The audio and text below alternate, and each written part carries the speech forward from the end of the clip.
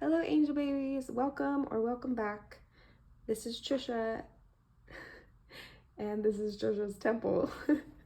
I'm Trisha. Today we're gonna look at your epic love story, and I'm really excited. I was even having a bunch of downloads come in as I was just writing out the lay of the land for this spread. First, we're gonna look at where you currently are in your love story, whether you have somebody already in your life, on your mind, on your heart, or you are hoping to in the future. What is your current chapter? And then we're also going to look at your epic love's current chapter. Where are they?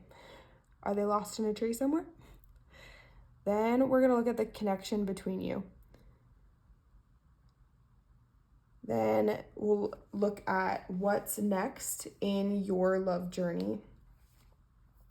Together, separately, what is going to bring you guys together.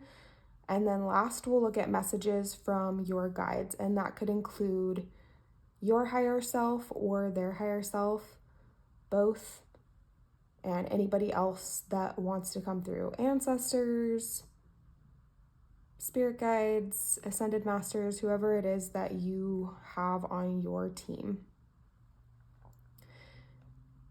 So let's look at your options. First, we have 4 different cards, lover cards for you to choose from. We have this one, which just says love, actually, instead of the lovers. It's very sweet. With the stone yellow jasper.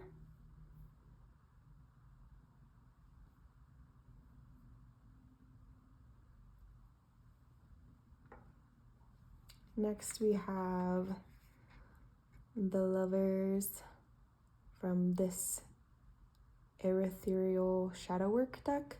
I wasn't going to use this one, but I felt like we should have some diversity in our options.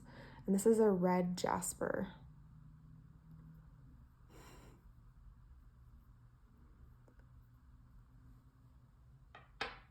Next we have this one from the Everyday Witch Tarot.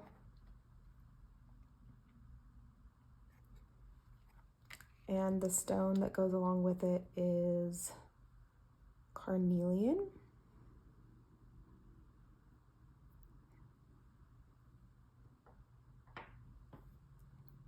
And our last option is this card from the Every Little Thing You Do Is Magic deck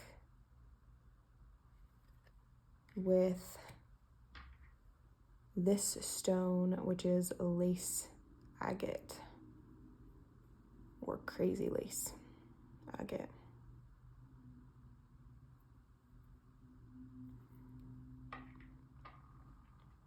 So take all the time that you need to make your decision, and I will see you in your reading. Bye. Hi, Pile 1. If you chose this card, which I didn't actually mention in the intro, is from the Phantasma Tarot deck, and the yellow Jasper, then this is your reading. I am going to actually lay out your cards to get started, and I will see you in a second. Hi, Pile 1. Okay, so this side over here, this represents you, and this represents your epic love, and then in the center represents your connection to each other. Whoa. That was really intense. That was, I think, the air or something coming on. I am staying in a condo on a little trip right now, and there have been a lot of funky noises going on. But that happening right then, I think that you have a powerful connection to this person. Let's look at what chapter of your life you are in right now. This card is the Brownie. It says, fall, ask and it will be given. Thoughts and feelings vibrate powerful kindness. And I don't know if you are familiar with, the whole ask and it will be given, knock and it will be opened unto you, seek and you shall find. But that was something that was coming up for me when I heard ask and it will be given. And I think that the chapter of your life that you're in right now is recognizing how powerful your ability to ask for what you want and receive that maybe for a while you felt like you could not ask for what you wanted. You couldn't ask for your needs to be met, for your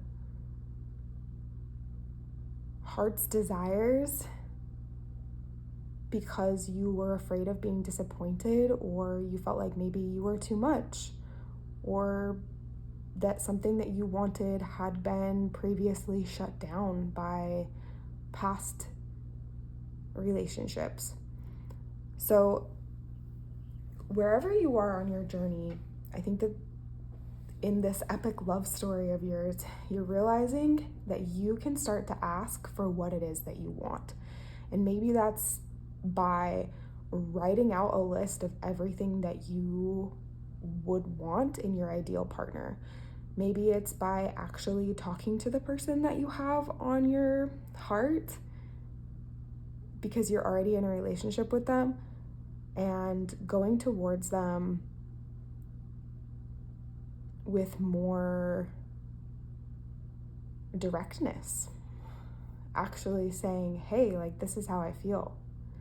This is what I want out of this relationship.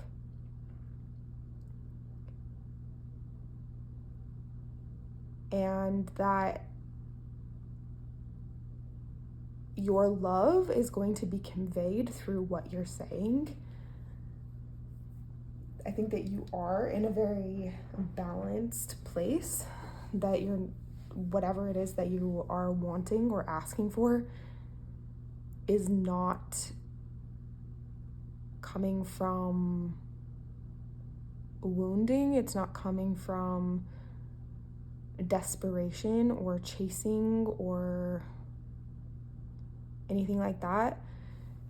You're actually quite well seated in your own power and acknowledging that you are allowed to have what it is that you want. And whatever that looks like for you in your particular story. Another example might be that you are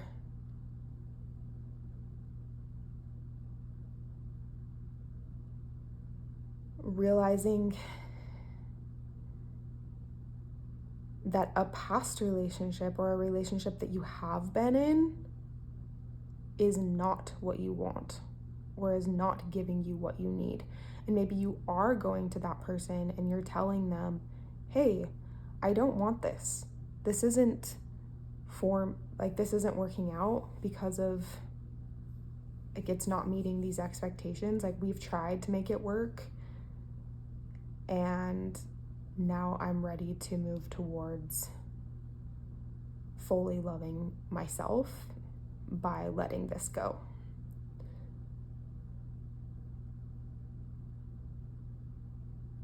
So there are a few different versions of what this could be looking like for you. Let's look at your epic love's current chapter. Their fairy is the flower fairy, summer. Wishes will unfurl and flower. Faith is substance for optimism. And that's paired with the Death card, which I find very interesting because usually with the Death card, this creature is showing the kind of the cycle of death, and that actually there's a lot of power in dying and being reborn, that so much, like, you think about even just the leaves falling on the ground, which is actually where your card is in fall. Like, those leaves fall on the ground and decay into the earth, or there's just like that cycle of life going on all the time, which I think your epic love is realizing, or is learning to honor this season of their life that they're in, which may be heavier or darker, gloomier, maybe one where they're turning more inward. And it's giving them a lot of self-respect. And they do still have this underlying faith and optimism that is kind of their, I think that they are like more of a sunny sunshine type of person, or they really want to be seen like that. And so when they go into these heavier, darker periods, it might make them feel like there's something wrong with them, or that they need to make some drastic change or do something to fix themselves, or that they need to hide. That they need to hide from the people that they love the most because they don't want to bring that darkness into that person that they love's life. I think that your epic love might be in a season right now where they're learning that they don't have to hide their darkness anymore.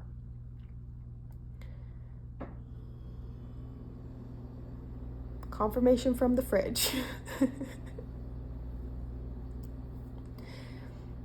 They're starting to share all of the aspects of them that make them who they are, which you love or will love so much. Okay, and now let's look at the connection between the two of you, which I think is so funny that you have the elephant and trunk. And the words for trunk are stability, loyalty, and reliability. And if I'm being completely honest, I was thinking that trunk is kind of phallic in nature. So there might be some more sensual vibes between the two of you that you have been feeling.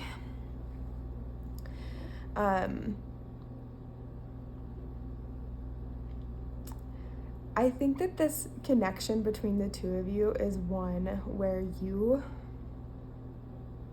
feel like you can really trust this person, that your epic love has been like this staying force, this steady presence in your life, whether you know them in the 3D or not. And that you have been able to continuously return to their energy as you have gone through your own deaths and rebirths. And that no matter how many times you have died and been reborn, they have been there every single time. It's making me think of a quote actually from The Summer I Turned Pretty, where if you haven't seen this and you still want to, spoilers, but at the end of the last season, Conrad says to Belly, I know that I love you because I have changed everything about myself, but the one thing that hasn't changed is that I still love you, is that I love you. So he had gone through this huge transformation to get to know himself on such a deep level, but for whatever reason, he couldn't get he couldn't take the Belly out of the equation. That he had changed so much and become such a more present, embodied man.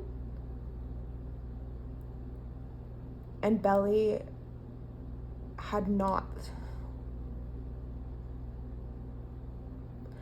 been removed from his heart. She had, if anything, like been grown stronger there, more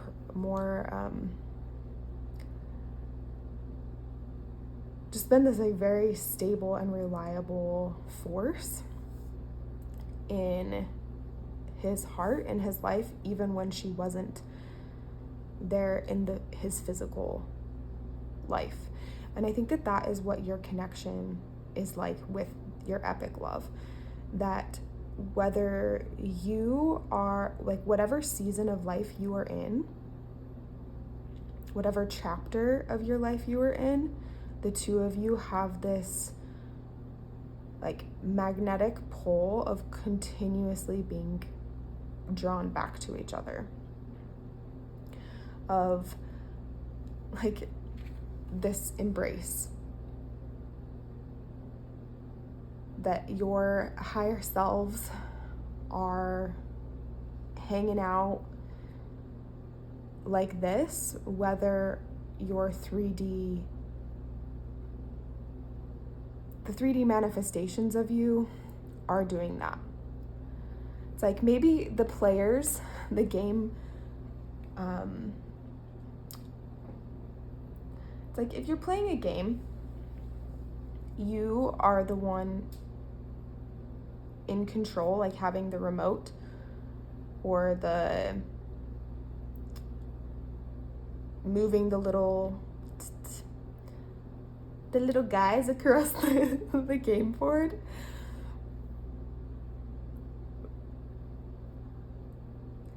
But your the 3D version of you is the one that is the little game piece or the player on the screen.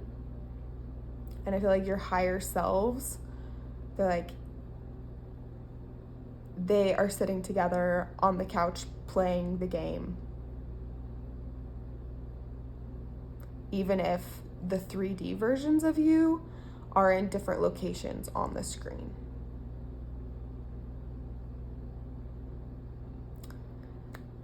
So maybe you both like to game, or one of you likes to game, because I'm not a huge gamer, so I think you could probably tell by me saying remote instead of whatever, the controller, I guess, is what that thing is called.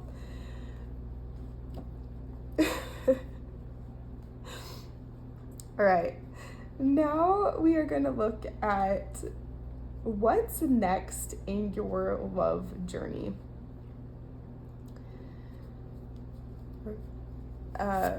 This could be you individually or together. We're gonna see what comes out. So we have the King of Pentacles. We're actually gonna put these down here.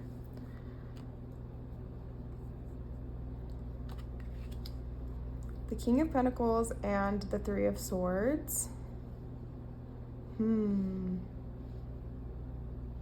Interesting.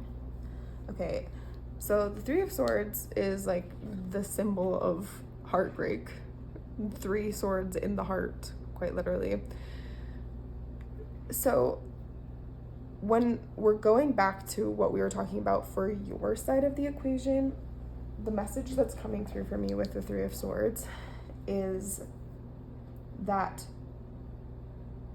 one or both of you might have some significant heartbreak that you are mending, that you're moving through right now. And that is going to allow you to be able to come together more completely, more presently with each other in your 3D reality. This heartbreak could be over, what I'm hearing is not being yourself. Like, that is really what we grieve the most, even if we are grieving a relationship from the past. It's the ways that we were not true to ourselves. It's the ways that we allowed people to mistreat us. It's the ways that we didn't treat people the best, that we, as well as we would like to. And I think that you or your epic love, maybe both of you, are moving through a time where you're honoring your grief, honoring the karmic relationships from your past, so that you can more completely be with each other when you are together. That when you look at each other in the face, you're seeing each other. And your mind, your energy is not being pulled in other directions because you haven't let go of or solved, completed things related to karmic scenarios. Then this King of Pentacles, I'm actually going to trade these because that's how it reads better for me. This over here, this King of Pentacles, he shows me that the next chapter of your love journey is one of being so much more grounded in the 3D. That your love is really being grounded. That you're bringing what you have learned in 5D, what you have felt in 5D into the 3D, and feeling much more stable and connected to your life here on earth. That you're experiencing each present moment as it is, instead of living in fantasy, instead of creating stories of how great it will be when. And of course, those stories, those fantasies can be so powerful in manifesting what we do want, but it's like you're creating your life so meticulously is the word. Now I'm thinking back to that list that you may have created or may want to create of your dream relationship. And it's like all of those things are coming true. Not just in your relationship, but in the little things of the way that you as an individual are present with yourself, that you're able to comfort and nurture yourself. It's like you became your ideal partner, and that is manifesting, that is pulling in your epic love so that you can be together in the 3D. Because before, you couldn't recognize each other.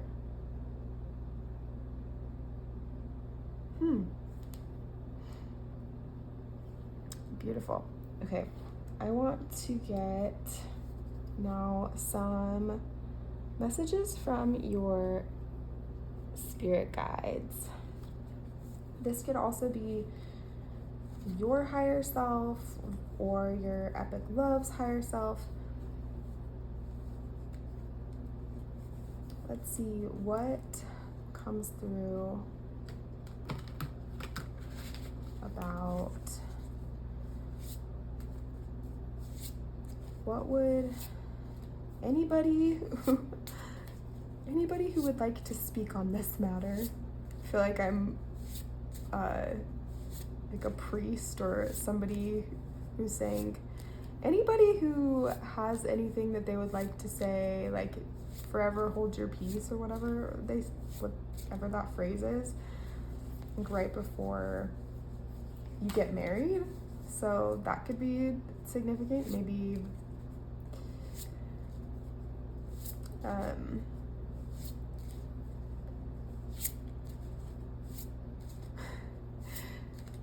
you are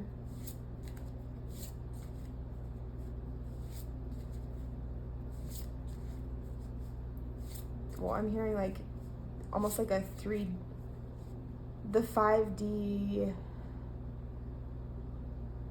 wedding or merging or connection is now like trickling into the 3D and impacting other relationships as well, like family and friends. Like you're finding a way to merge your lives.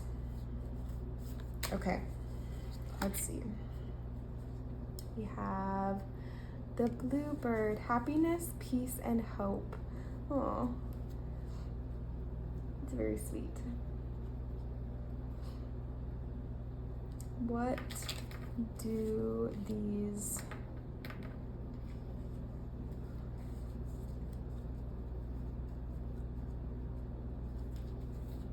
ascended masters, or who's coming through right now?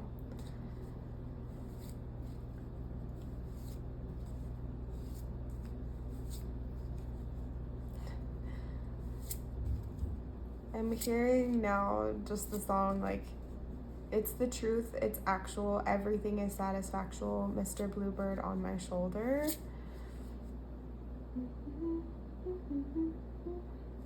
Everything is satisfaction. Zippity doo-dah. Oh yeah, that's what it's called. Like, what is that song called again? And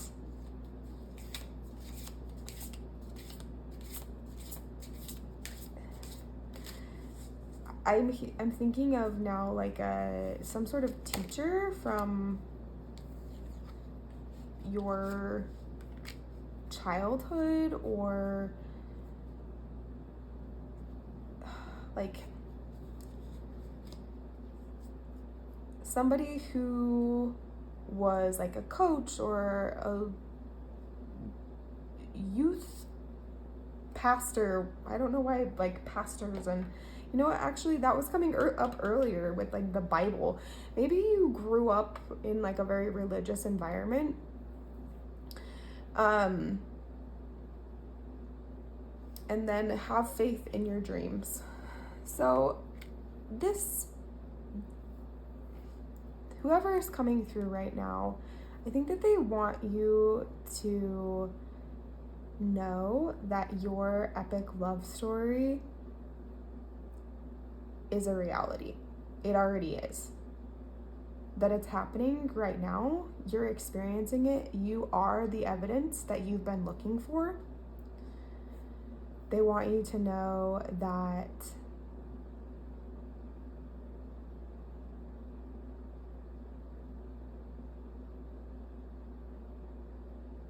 in the natural world, there are going to be little signs to you of this love story through lovebirds in a tree, through two little plants growing next to each other, like just looking for things in pairs, or maybe you are creating your own, you have been creating your own language with the universe, with your spirit guides, your spirit team, whoever you feel is on your team. And they want you to know that they hear you, they see you, they're with you. And you might feel delusional, you might feel crazy, you might feel like it's not gonna happen. How is it possible? And it's okay to have those feelings of fear or doubt or questioning, because there's so much in this 3D reality that just doesn't mix well with the magic of love. But love is the most powerful magic. Love is the greatest delusion, if you want to call it that. And your inner child is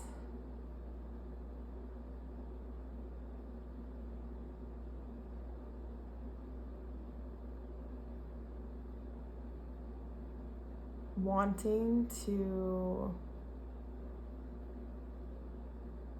fully embrace the weird. You're weird.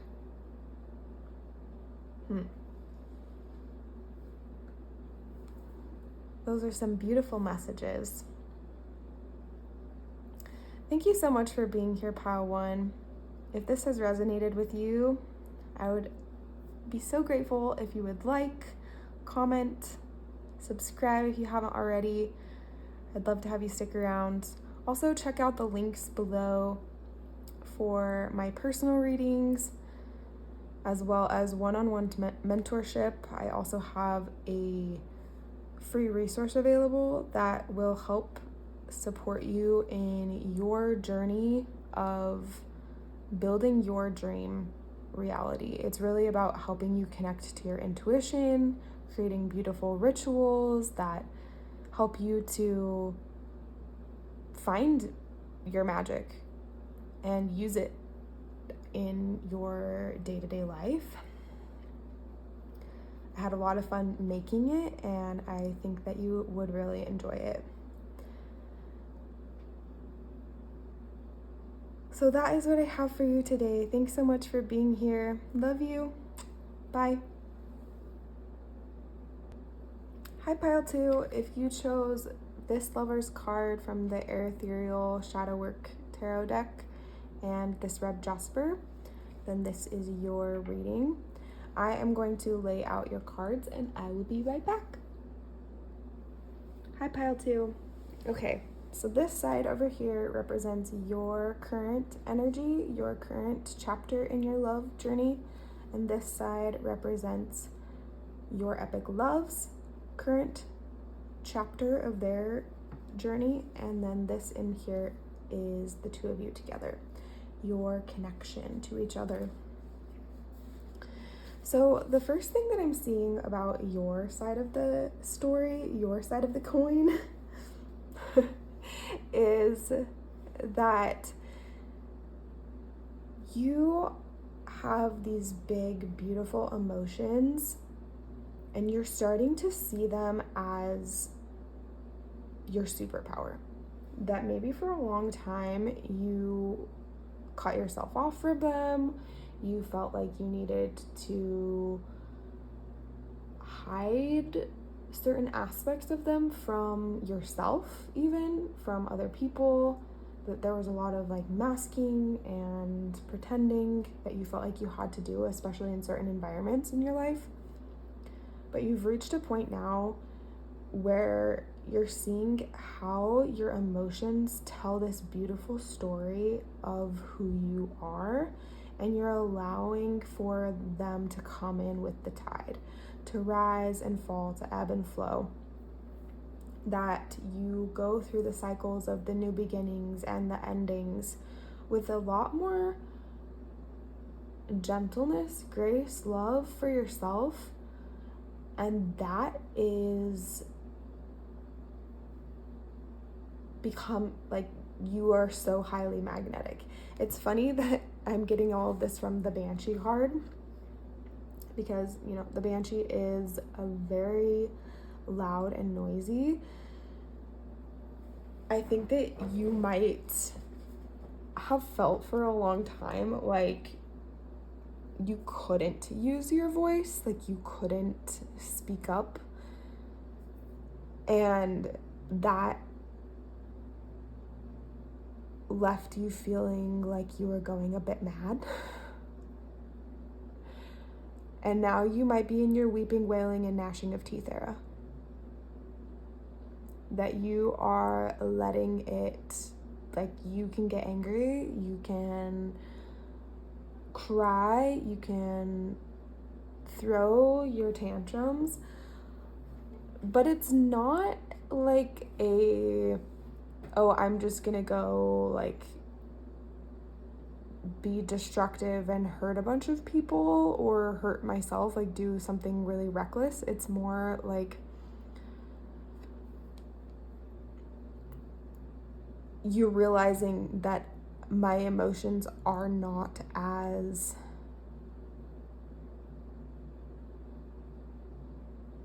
scary as I once, or I was taught to believe they were. That I think maybe the person, your epic love, maybe showed this to you because they were able to hold space for, hold you physically in moments of you falling apart. And whether you're together right now or not in the 3D, I think that they have been a very empowering force for you in reclaiming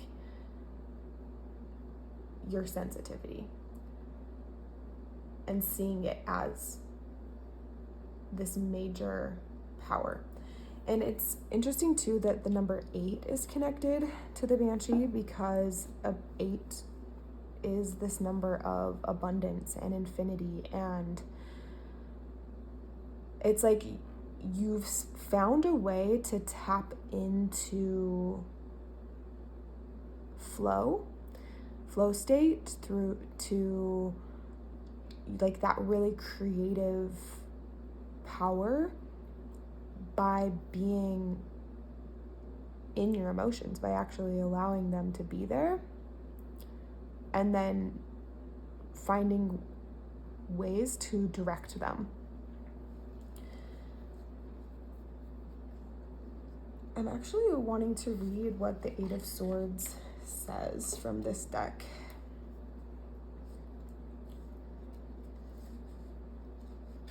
Let's see.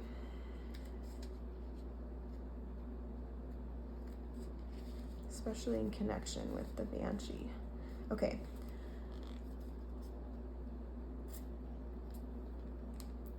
So upright, it says trapped, helpless, restricted, and reversed, freedom, facing fears, reclaiming individuality. So I think the way that I read cards is more from like this holistic perspective and within context. Intuitively, of course. The 8 of Swords suggests that one is confined. Like a genie in a lamp, the mind is confined to a small space, trapped, suffocating, begging to be released from the shackles. In a time where one can feel like they have no agency over their life, it is essential to take the reins. If one has surrendered their power to a higher entity, it is time to reclaim their individuality. Reversed, the 8 of Swords can be indicative of the progress one is making, freeing themselves from the shackles step by step, facing their fears and reclaiming their power. I think that goes perfectly with what we were talking about, that you for a long time did feel like you had these shackles on you, and it was really about not being able to express yourself. And now you are reclaiming that sense of individuality. You're realizing, oh, I have this power in me to make very deliberate choices about the way that I want my life to go.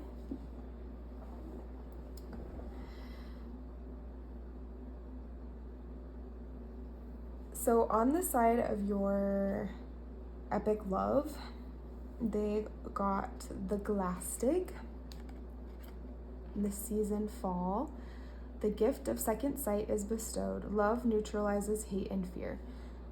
You are in the season of winter, which is about like tuning into yourself. And for this person, they're in the season of fall, which is about, like death, decay, surrendering to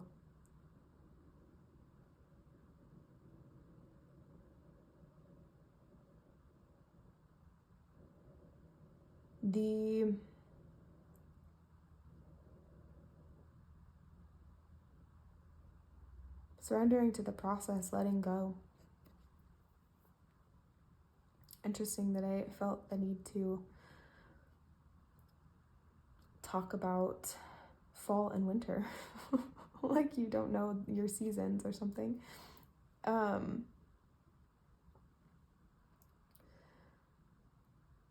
So the gift of second sight is bestowed. Love neutralizes hate and fear. And then they got the Wheel of Fortune as well. So those two together, I see that your person, your epic love, is seeing things in a new light. That the wheel is turning. And okay, so this is the message that I'm getting. It's like when you have watched a TV show or read a book, and then you go back and you watch it again or you read it again, and you have new perspective with the insights or whatever phase of life you're in at that time. And your person is going through that with their current chapter. That they might have felt like at whatever time you two were together, they might have felt one way. And then now they're returning back to that feeling, to your relationship, and they're seeing it through a new lens.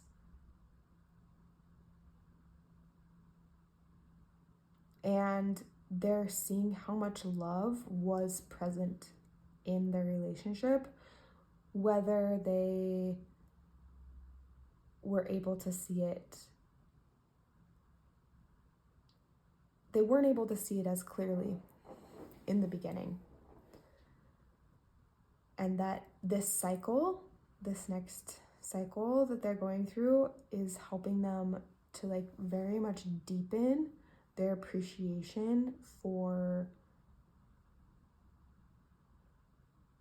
your connection.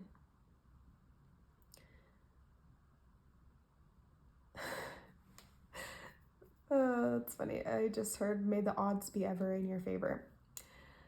From Effie Trickett, may the odds be ever in your favor.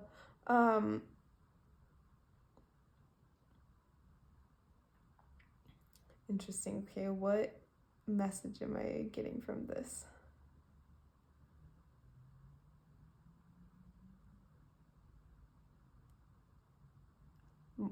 Okay. It's like Peeta and Katniss. That Peeta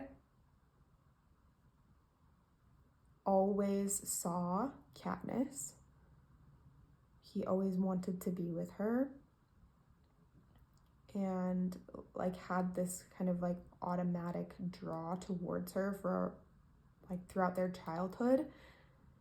And Katniss had a hard time accepting that. She thought that he was making it up. She thought that he was pretending for the sake of the Hunger Games. And there were lots of different things that, like, while she wanted it,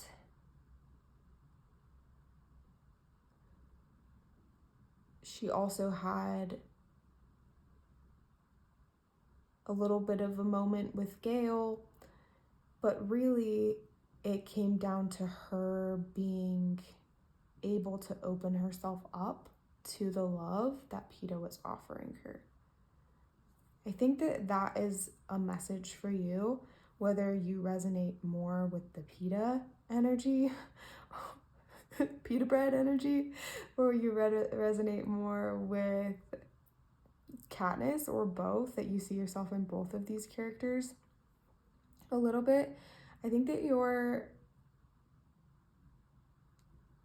epic love is going through some of the reminiscing that Katniss does when she finally then is able to return to Peeta. Now I'm thinking of like the first Hunger Games, where she's having kind of some of these flashbacks, memories, and she gets this like burst of hope of like, oh, could it really be? Could we really win this together?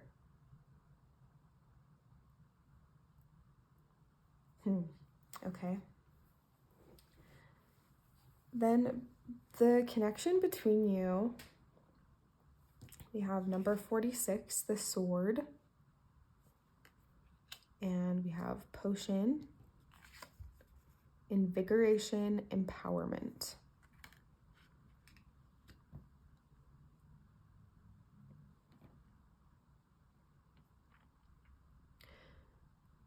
I see that your connection has allowed both of you to start to stand up for yourselves more, start to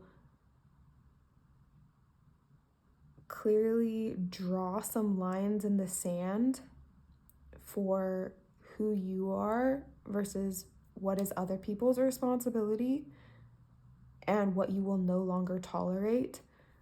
That I think both of you are very much givers, that you can pour yourself into whatever relationship, whatever job, whatever project it is that you're working on, so much so that sometimes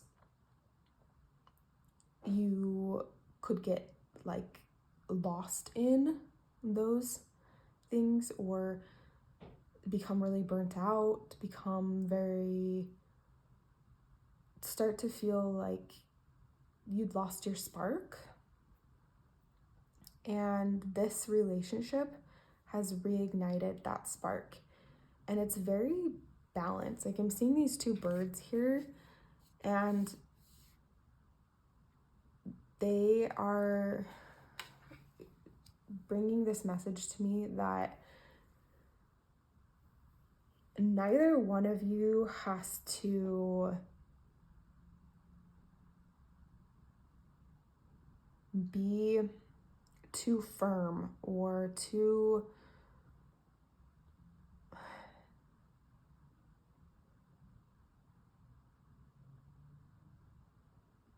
now I'm hearing actually a quote from the show Maxton Hall, where the male lead, he says, I'd always considered, like the one king bows to the other, and that's like considered defeat.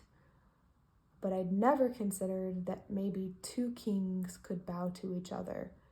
And it's not necessarily, well, it's not that they're giving up. It's like a pure surrender to each other. It's a pure acceptance, acknowledgement of each other's power. That neither one of you is more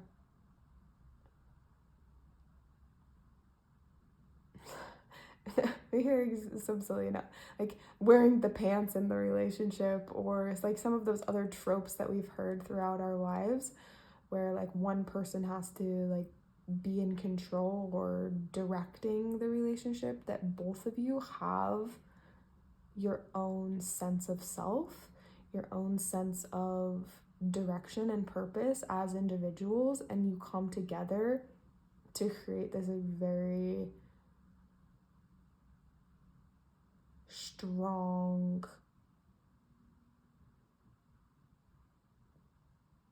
commitment, strong bond, that you have a lot of respect for each other's power. And with the invigoration and empowerment, it's saying something about your sensual, sexual energy is like coming back alive, coming back online in your connection to each other, and that it doesn't belong to them.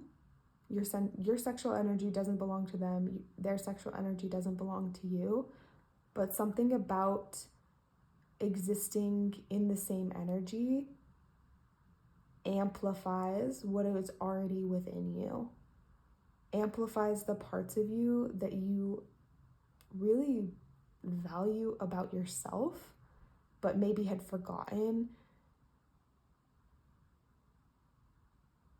on a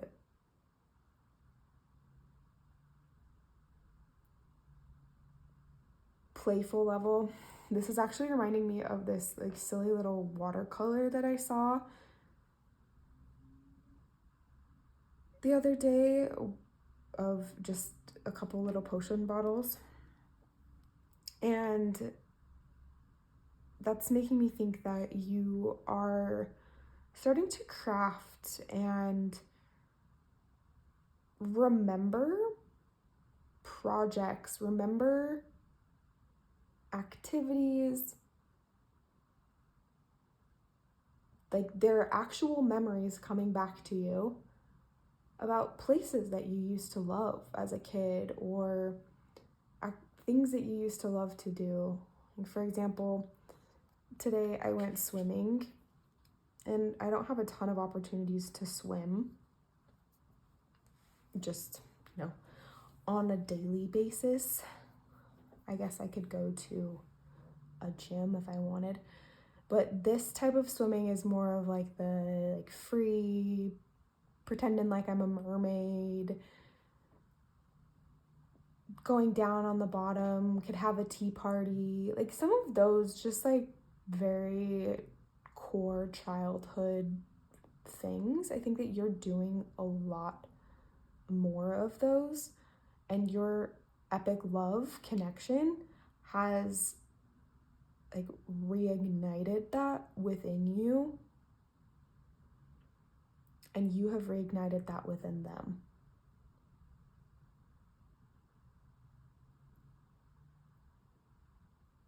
Whether they have admitted it to you or not.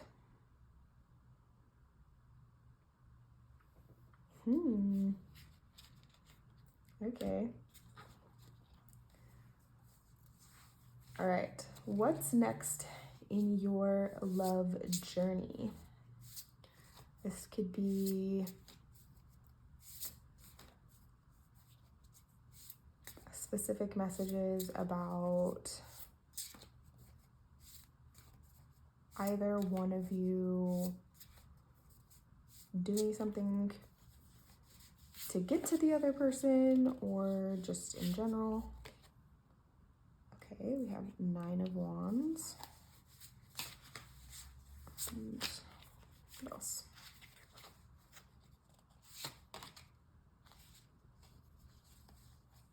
And the 8 of Wands. Well, okay.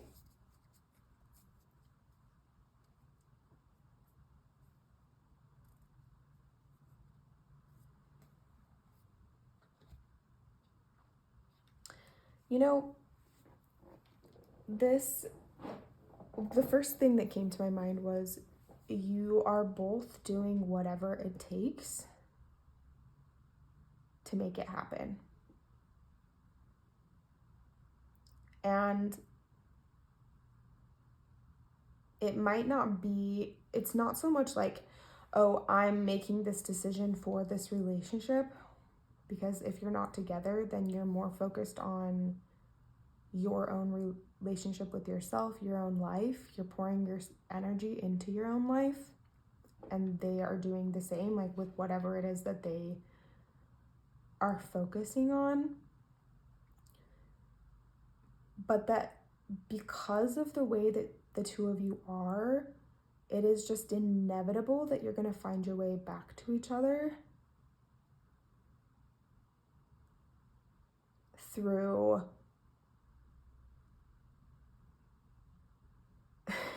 sheer determination, sheer stubbornness, that like neither of you would like throw in the towel, lay down your sword.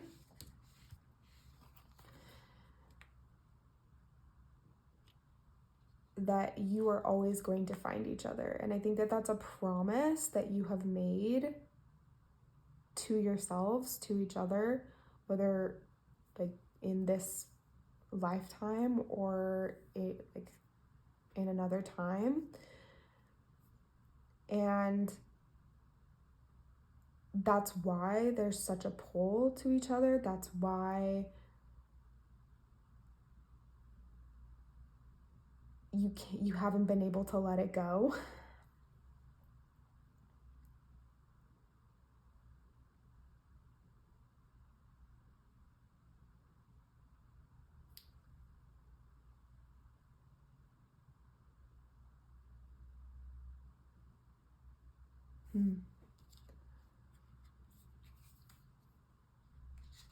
Actually, I want to look at the Nine of Wands and Eight of Wands very quickly.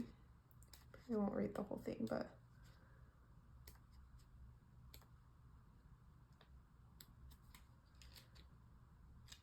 okay. Eight of Wands, sudden change, quick action. Nine of Wands, resilience, persistence, test of faith. And the reverse says stubbornness. So yes, I think that you are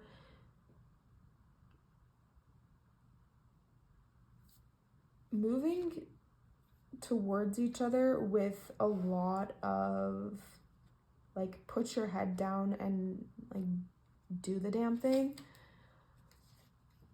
in your own lives. I think that there are things that you are both manifesting individually that you're very committed to right now. And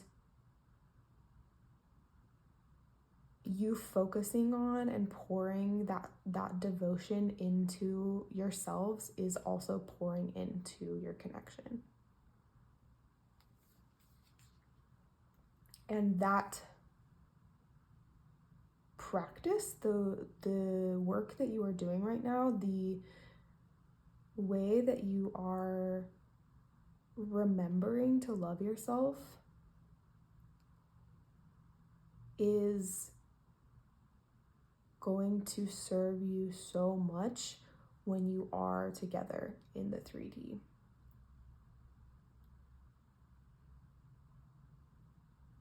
Wow. Love that. Okay, let's look at messages from your guides, and that could include anybody that you see as being on your spirit team, as well as their higher self, your higher self, anybody who wants to come through.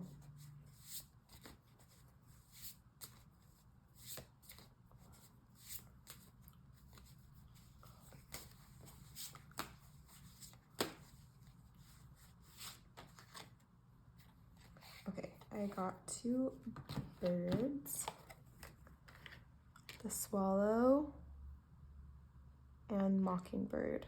Swallow, hope, rapidity, hearth and home, mockingbird, communication, humor, reflection. Okay. Both of those are, there are two things, well, it says communication, hearth and home. You know, I think that you are, your guides, your higher selves are saying that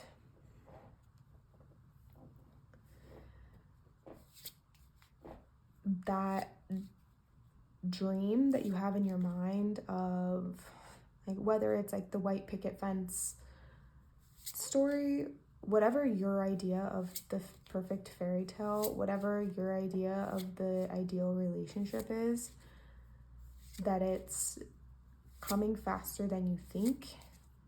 And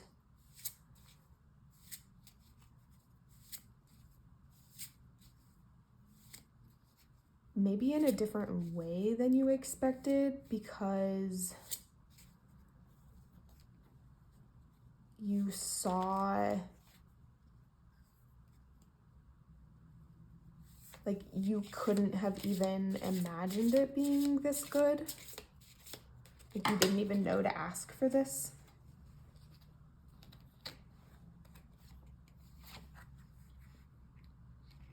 Your dreams need a practical plan.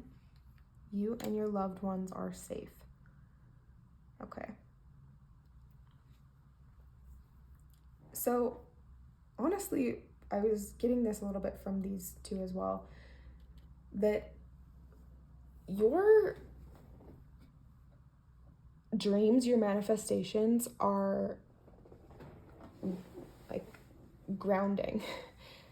They are coming into the 3D, and you have been working on them. There might be something specifically that you've been hoping for, wishing for, wanting to come forward, that is going to help support your confidence in a love connection, in your epic love connection, that would make it easier for you to feel like you can rest when it's time to rest, and that you're looking at all of the list of things that you might be expecting of yourself, and you're realizing, okay, a lot of these things over here don't really matter. And your guides are saying, yes, let go of that pressure. Your guides are saying, the more that you allow yourself to experience the pleasure, experience the love and the connection, that is your fuel. And I think that you felt that. You felt the difference between the times when you try to cut yourself off from it and say, like, no, I'm crazy, no, this is wrong, no, like, I have to go it alone, versus the times when you're tapped in and you're really allowing yourself to feel whatever emotions come up for you, or be delusional, if that's what you want to call it, to be fully like in the magic of it. And your guides are giving you the advice right now to write down some sort of reminder for yourself for the times when it gets a little bit more murky, when it's harder to feel the love, when you're feeling a little bit more down.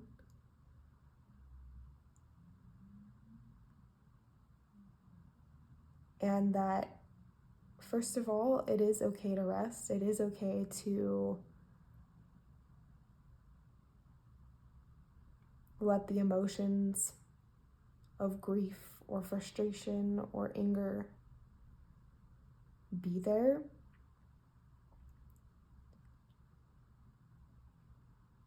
And to create a more specific way to support yourself when you feel low, to like help yourself get whatever it is that you need. Like, let's say you're feeling a bit more like heavy, depressed, low, but of course, like, you still want to feed yourself or shower, or you want to have a few options of things to be able to express yourself creatively. And I think that you are your guides are inviting you to set up little systems, little ways for you to be able to access the things that you want and need in those times when it's harder to just get out of bed or harder to ask for help from other people, harder to connect. And to give yourself credit for the things that you're already doing like that. Like, maybe you have created a good system for yourself when it comes to food, and they're saying, like, give yourself credit for that. Like, that is so amazing. Being human is hard. And they're saying, do you think you could use that same energy for helping yourself with whatever the thing is that has been weighing the most heavily on you? Whether that's,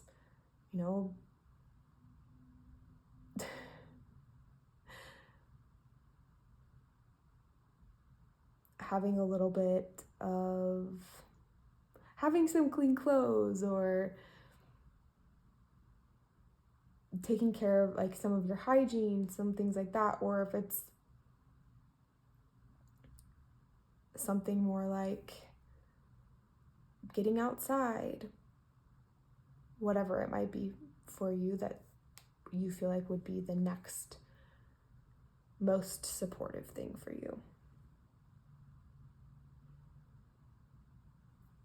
And with you and your loved ones are safe, I think that's really just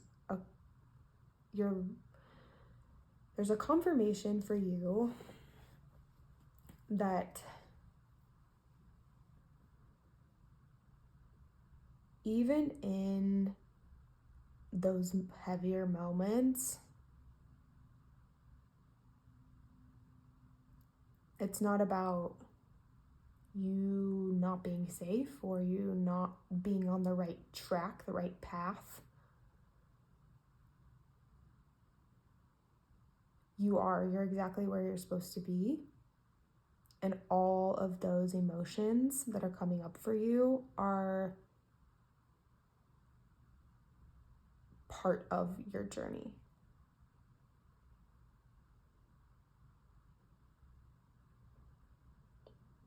It's also telling you that if you are not in connection with your epic love, that they are safe and they are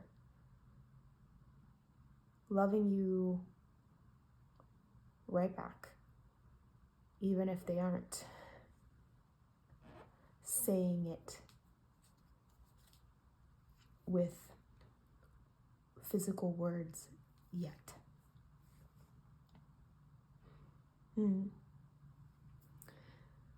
Thank you so much for being here, Pile 2. If you have enjoyed this reading, if it's been supportive to you, I would be so grateful if you would like, comment, subscribe if you haven't already. Check out the links below if you're interested in a personal reading with me or one-on-one mentorship. as well as a free resource that I'm offering that is a guide to help you connect to your higher self and feel like you can connect to your personal magic.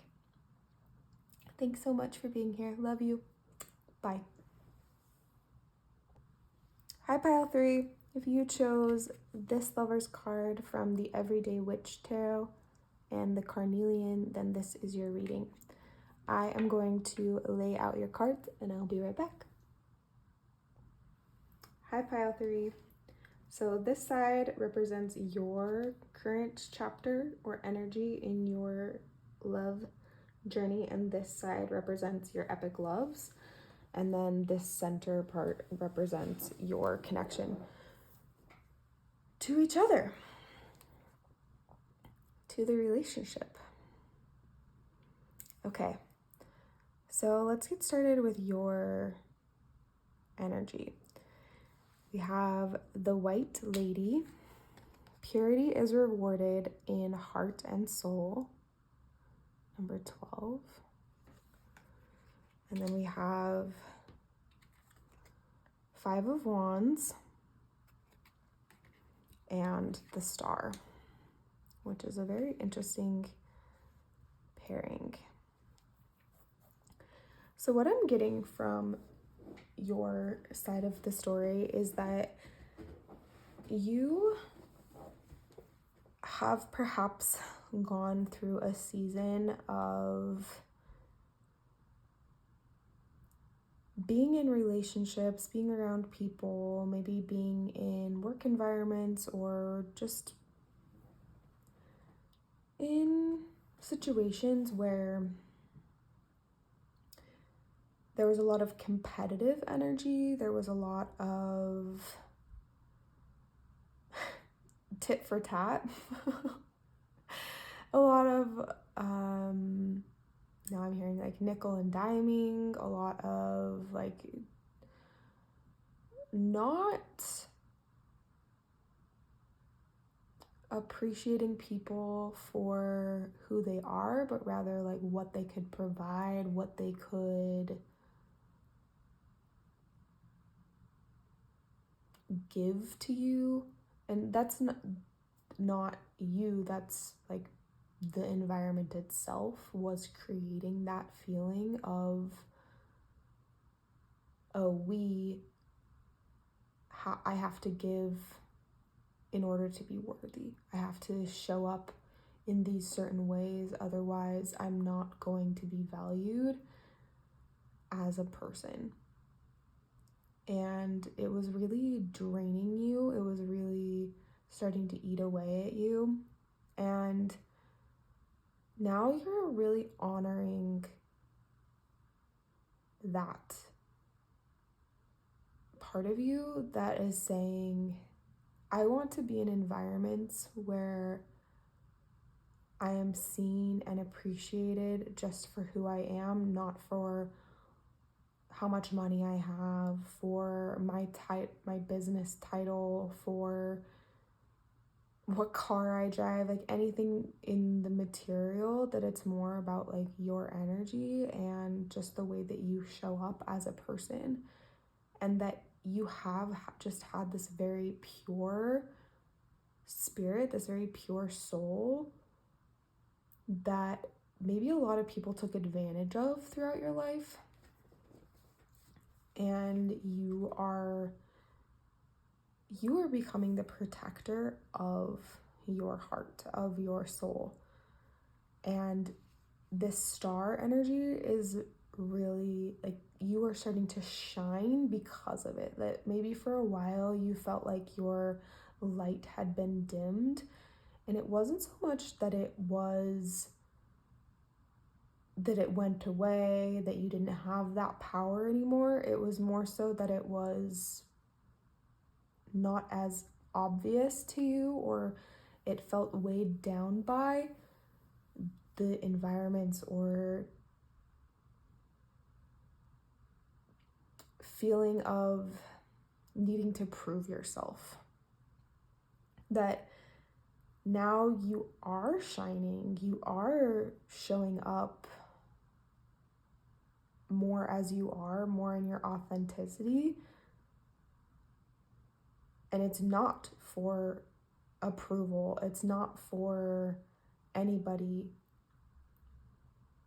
but because it just feels good to be you, that you feel more at home inside yourself when you're showing up the way that is honoring of your energy, of your magic. And I think that this is really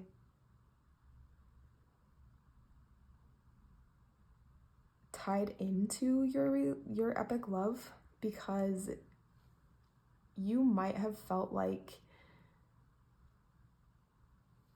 in previous romantic relationships that you were the giver, you were the one even like trying to have conversations to reconcile, the one who was like, let's go to therapy, the one who was like, let's do all of these things to improve our relationship, or doing things to create as much harmony and peace as you could. But then you realized that that person, those people, were not invested in the relationship in the same way that you were. Whereas your epic love is just as invested in the relationship with you as you are. Your epic love is your equal partner, your equal energetically, your vibrational match in every way. Your epic love's energy is the Nereid, which is summer energy. Romantic love will always find a way, two hearts will unite. That actually reminds me of a song that I like. It's called Two of Hearts. So maybe there is a sweet message for you in that song. If I can remember, I will try to link it down below. Your epic love is actually opening their heart more to their emotions, that they're letting themselves experience the depth of their own sensitivity that they may have been cutting themselves off to for a while, maybe for most or all of their life. And that is allowing them a new type of clarity, a new type of like being able to move towards what it is that they want in life, which includes you.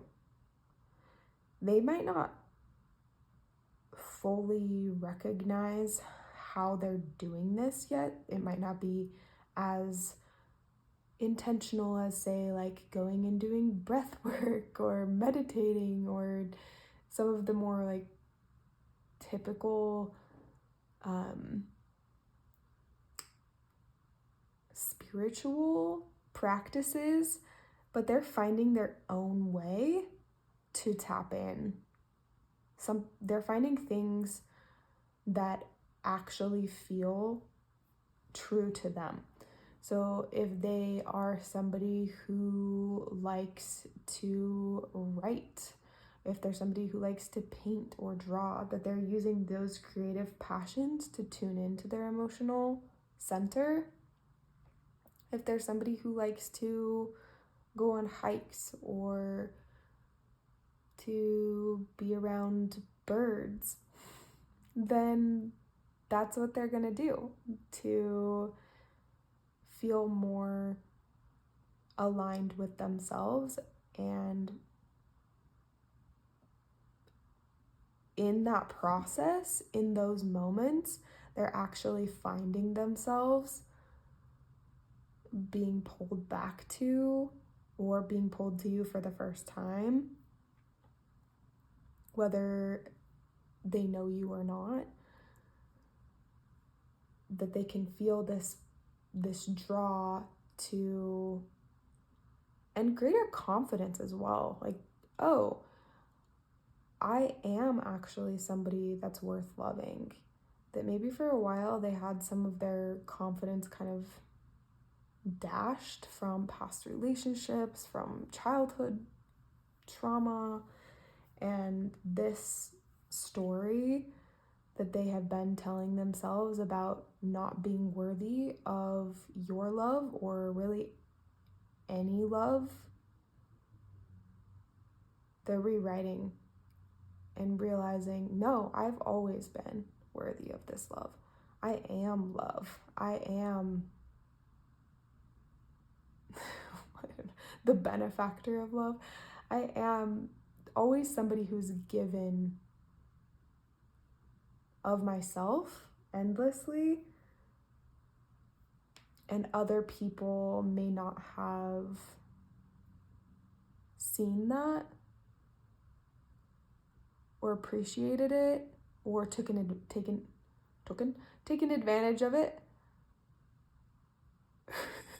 Now I'm thinking of Psych, when Sean and Gus they like make up names for each other, but there's this one episode in particular where Sean is like like that's what the name is for Gus. And I think that your epic love is reconnecting to some of their silliness, their spontaneity, their willingness to do dumb shit just for the hell of it.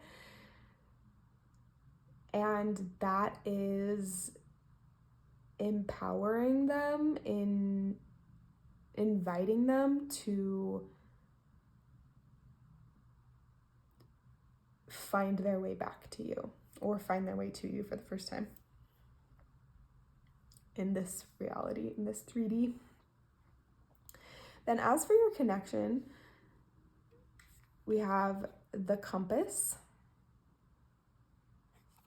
and broom, energy clearing and freshening. And I think that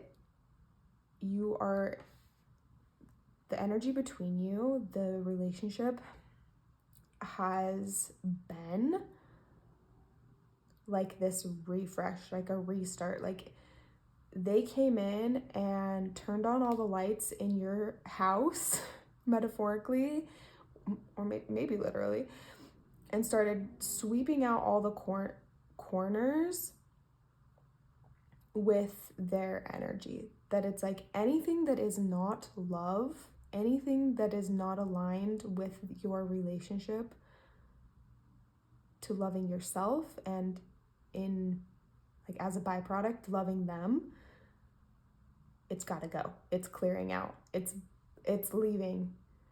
And things that you did not want to face, you had forgotten were there, didn't know existed, are like all came to the surface.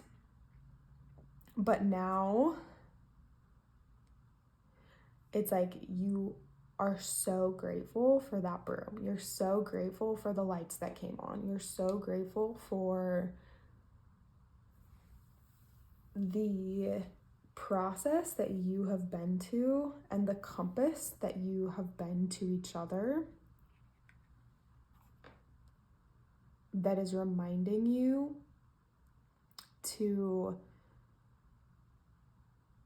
go towards home, which is each other. That you find home in each other. There are so many different tropes with compasses, and I'm thinking of two right now. One from Stranger Things, where there's like the true north, and then there's like some energetic field that was like throwing the compass off. So the magnet in the compass was being pulled towards something stronger than the north. And I think that there are parts of you that have tried to like reorient yourself to that like original north point. I've been like, no, like this was how it's supposed to be. This is how it's supposed to be. Or like I don't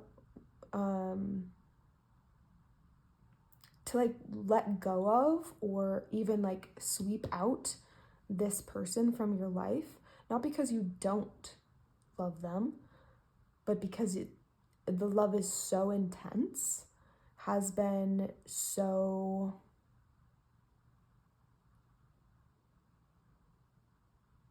powerful in your life that sometimes you're like, okay, but like, can we be done now?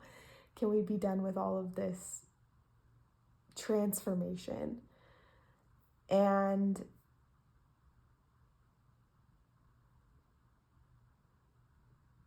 in a way,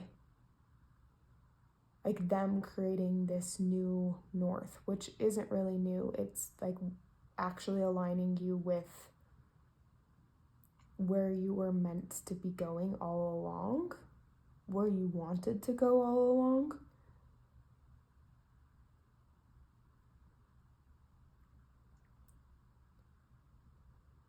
The other message that I was receiving is from Once Upon a Time, the TV series, and the story of Hansel and Gretel. Their father gives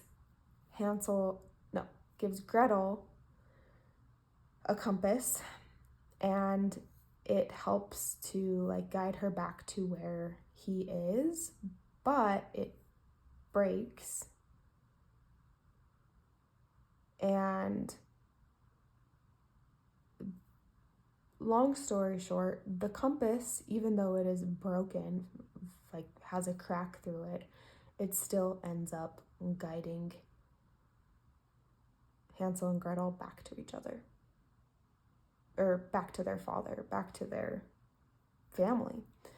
And there's a line that the father says, something along the lines of, family always finds each other. And I think that you see this, your epic love, and your epic love sees you as family. And whether you are together in the physical, whether you've met each other or not in the 3D, I think that you are pulled towards each other with such a strong magnetic draw, because you do have that like familial bond. It's like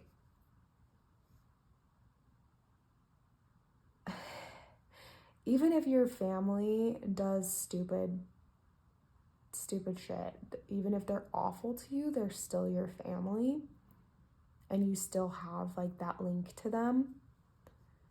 And with this relationship, it like, sure, like maybe really like hard things have happened, but it's different than the karma of the past. It's different than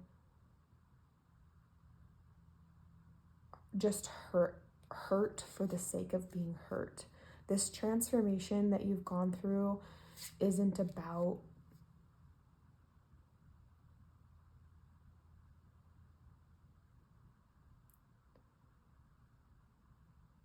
you needing to prove yourself to anyone. It's not about you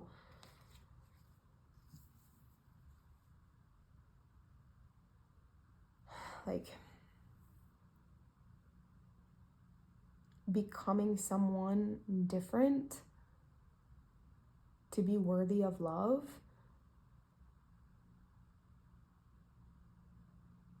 it's about you reclaiming the pieces of you that you felt had been lost. It's about you clearing away the debris and the energy that was weighing you down so that you can feel more connected to yourself and to your epic love. Okay, let's look at what's next in your love journey. We have the Six of Wands, which I'm going to put down here actually. Still in the frame.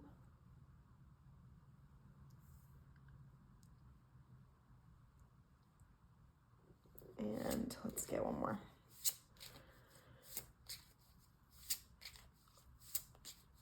Six of Wands. This to me is actually saying that like you're gonna start receiving your flowers, and that could be like for your own relationship. Relationship to yourself, your own current circumstances, and less to do with, you know, like your epic love bringing them to you, but your experience of remembering that you are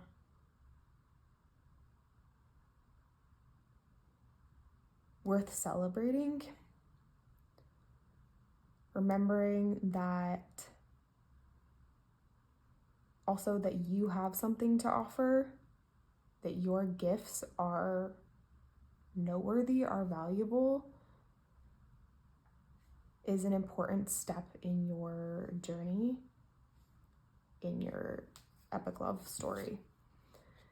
And the next card is the Queen of Pentacles.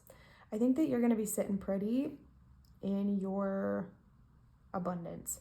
This is like the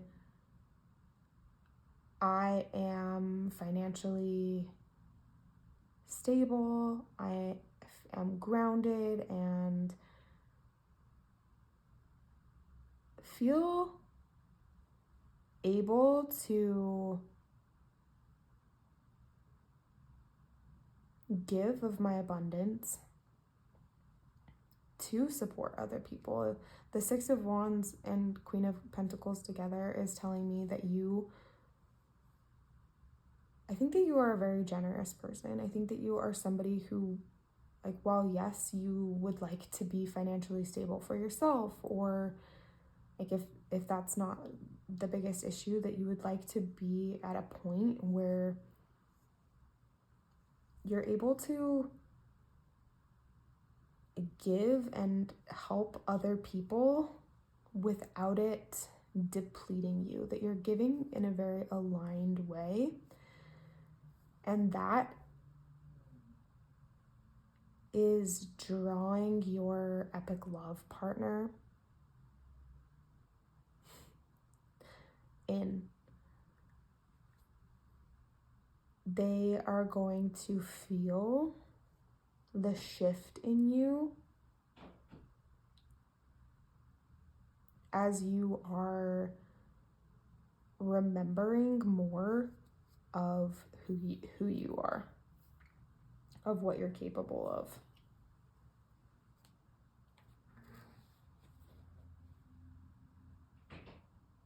Okay, let's look at messages from your guides, anybody on your spirit team that wants to come through in this reading. We're opening up to them and what they would like to say.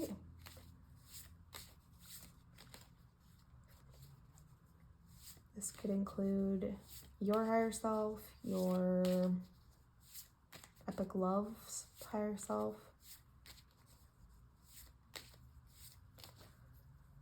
I just want to say thank you for being here in this reading, and if you have appreciated it, I would be so grateful for you liking, commenting, subscribing if you haven't already, checking out the links if you're interested in a personal reading. I am so grateful for your support, and I would love to support you. Lots of that reciprocity going on in this reading.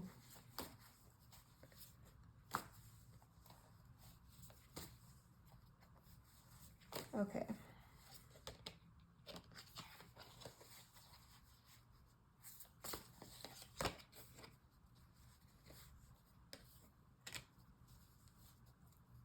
Swift, movement, travel, hearth, and home. You know, that is super interesting.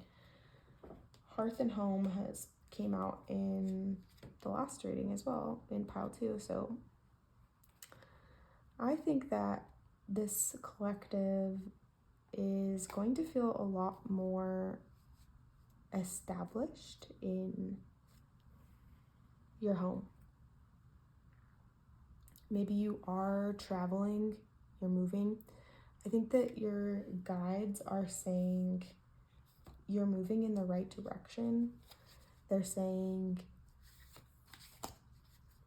if you're feeling antsy, they're saying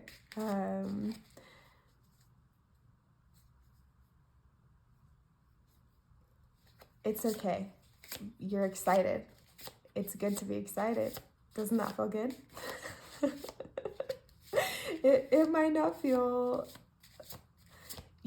They're allowing you to get used to that feeling of being excited. They're allowing you to experience the anticipation, because maybe that was lacking for you for a while, of like nothing was really, you didn't really have much that you were looking forward to for a while, and now you do. And it's propelling you forward. Okay, here we go. Don't let pride get in your way. Full moon in Leo. Okay, this message is that if you have something that you have known that you wanted to try, something new, something fun, something freaky, something that's maybe been on your bucket list, or something that is maybe unconventional, do it. Do it and you're cool. That maybe for a while you have been acting very sensibly or been very practical, and your guides are saying, hey, you know how you have some money set away for a rainy day? Like, that's great, but you could also use it to live a little bit as well. Or it could be that maybe you've been wanting to try a class, learn kickboxing or some type of painting, or you've been curious about something that is being offered at your local library. I say as a library stan myself, that whatever it is that came to your mind or will come to your mind in the next little bit, just be open to it. And that all of those things that you're doing to celebrate your life more, to make it a special occasion more often, Maybe that's by like dressing up just for fun. Maybe it's maybe it's just for you. Maybe it's just for fun. And you don't have to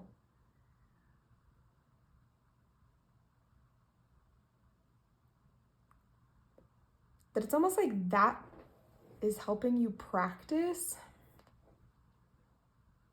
acknowledging. Your guides are saying this is a way for you to really get clear on your own energy, on things that bring you joy, because you have a tendency to do things. You have had in the past a tendency to be a people pleaser or to overgive, overextend, and this time is allowing you to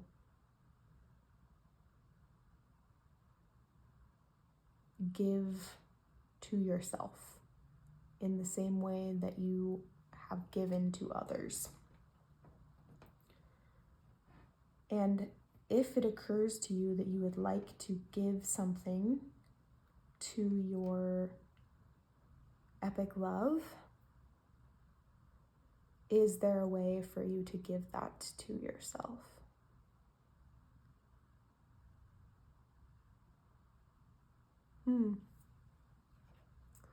Thank you so much for being here, Pile 3.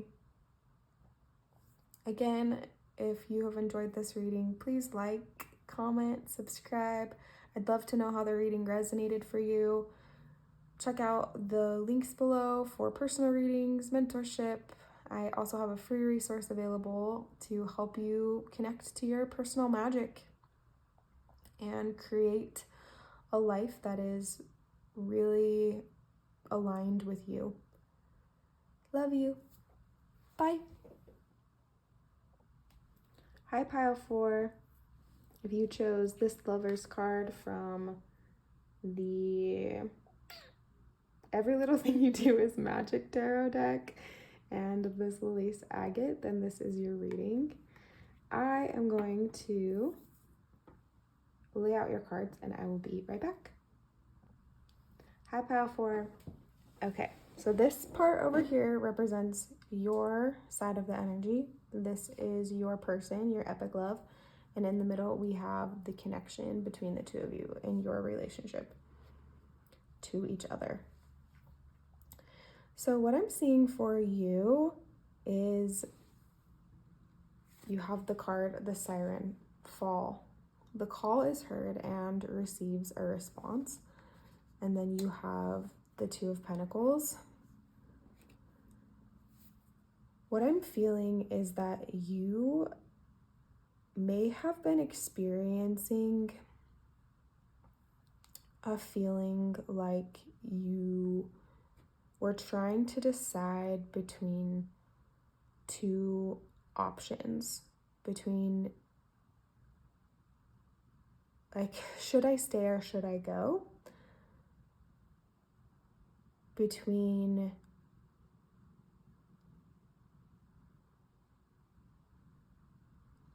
the logical, more like practical, what looks good on paper, and then alternatively, what feels most aligned to you, and it's becoming more apparent to you what actually makes your heart happy, what feels like you've been hearing that siren song, you've been hearing that internal call towards confirmation. You've been hearing that song, you've been hearing the invitation from either like your higher self, the higher self of your person, both, And that has allowed you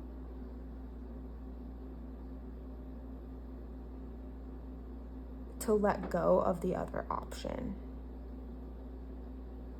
You might still be in a little bit of that process right now of like fully accepting, fully surrendering to what your heart wants the most, to be able to like fully identify like, okay, this is,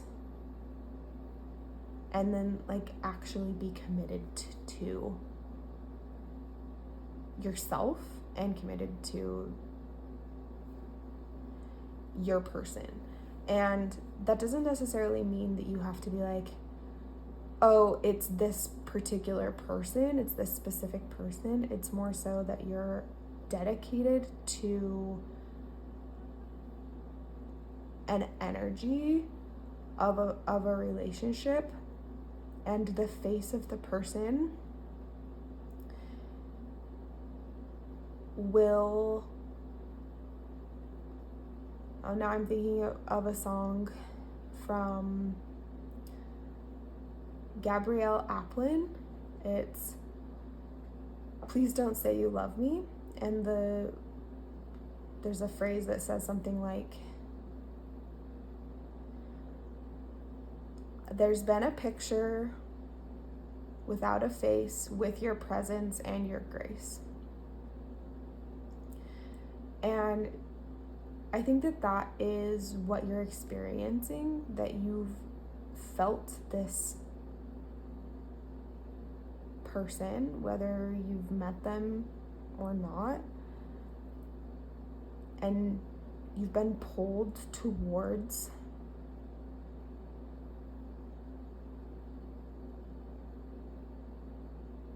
a version of you, a truer, more peaceful version of you that doesn't have so much of that back and forth. Is this the right way to go? Is that the right way to go? I actually, before I started your reading, as I was gathering your cards, there were a couple of moments where I was feeling that of like, oh, should I do this one or should I do that one? And the message came to me, you have the power to choose. First of all, you have the power to choose, and you have the power to make that choice work, like to make it the best option. And that like as you take a step in one direction,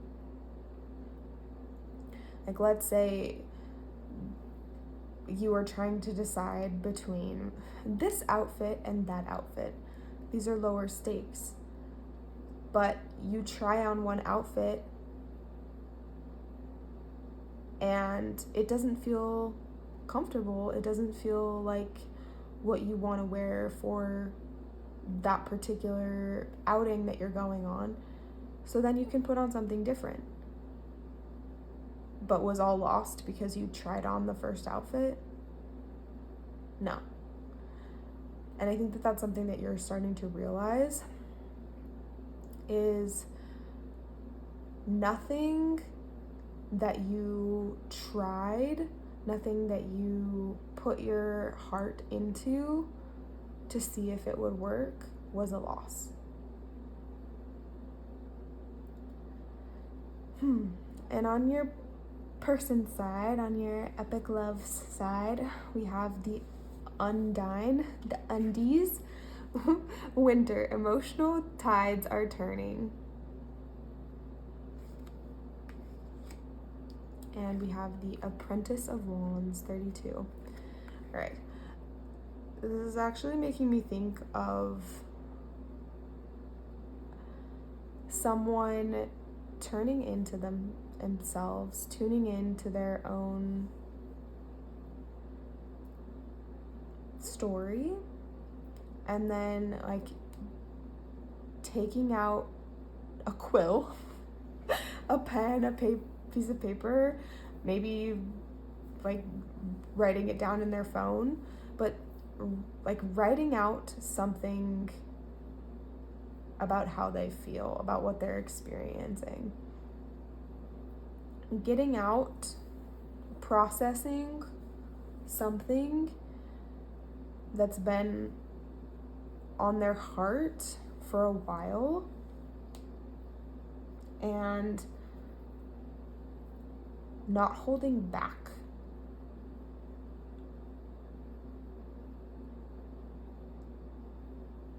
That they are learning that the more that they start to express themselves, the better that they get at it. And the more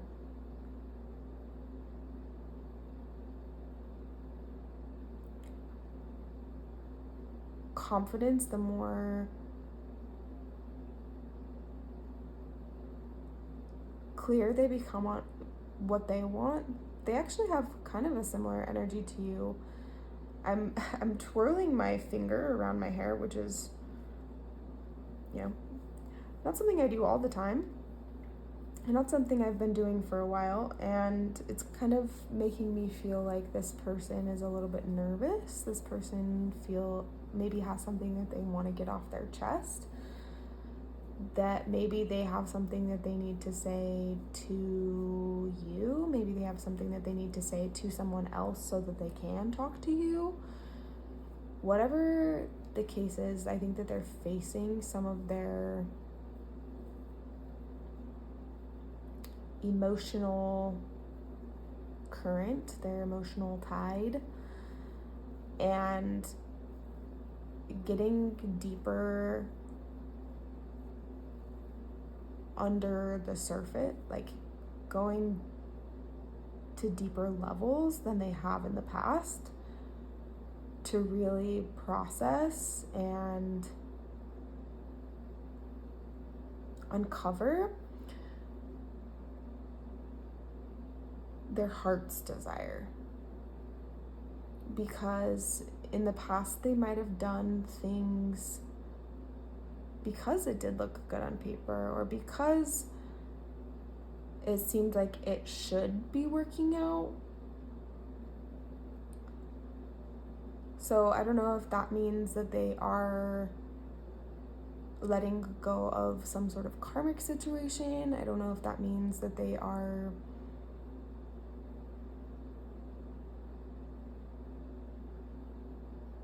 just accepting more of their own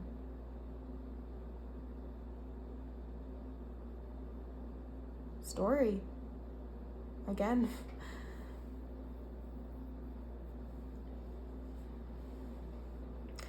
And then the connection between you, we have the monkey, and we have time, as in the herb, presence, and self-awareness.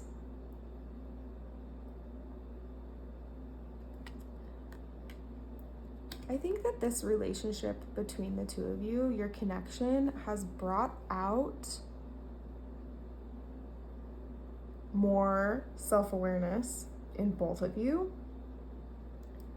It has really grounded both of you as well.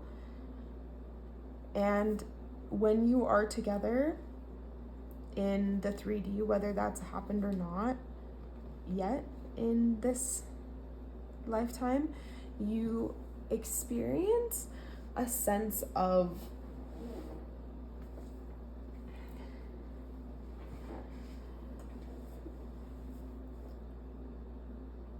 it gets just so much easier to be exactly where you are. That you don't feel fragmented, you don't feel like you are as worried about things outside of what's happening in that moment. It feels like the two of you, calm each other's minds. That when you do have stresses or worries or start to overthink that the other person is able to be like this soothing balm to the other person just in their presence, but they also have this way of knowing little things to do to bring you back to earth, remind you that you do want to be here, to wake you back up. Yeah. It's funny, this monkey, it looks like he's offering this clover to someone and like staring longingly at them like, hello. It's almost like in The Bachelor or Bachelorette, like, will you accept this rose? And so maybe you are wanting to watch the next season of The Bachelorette.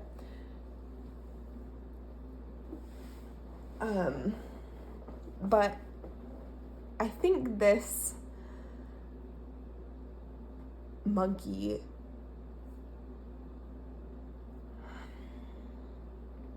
is really bringing out the aspect of your relationship where you two hold each other in really high regard. You want to emulate each other, okay? And feel like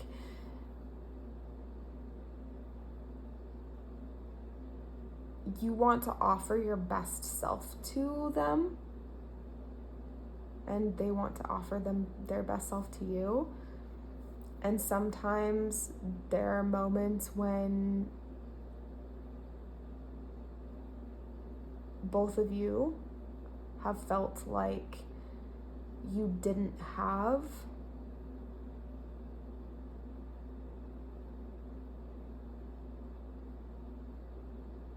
a clover to give to the other person. But I think that this relationship has helped you to realize that you do have a clover. You are good luck. You are their good luck charm. Oh, that's actually making me think my sweet aunt and uncle have a beautiful love story. And he called her his good luck charm. That when she came into his life, that things just got better. And I think that that is how your person feels about you. I think that's how you feel about your person. That it's like they transformed the way that you see everything, from starting to notice the rainbows, starting to notice the clovers and just the signs and synchronicities around you, either for the first time in your life or for the second time, but it's been a long time. Like, again, after it's been a while. And being reminded of sweet little ways that you used to give love when you were younger, like maybe even back to like your first romances when you were in elementary school or middle school, your first moments where you would offer up little tokens of appreciation to the other person, where you would give them a picture of yourself or make little bracelets for each other or give each other a rock that you found because you thought it was pretty. Whatever it is that was your symbol of I like you, I care about you, I love you. And that you're finding yourself wanting to do more of those things for yourself as well as for this person. And that as you're pouring into yourself by buying yourself little gifts or taking yourself on dates, by encouraging an energy of just like a gentle, soft love in your own life, it's really strengthening the connection that you have to this person that was already really strong. So this is making me think, so close I can almost taste it.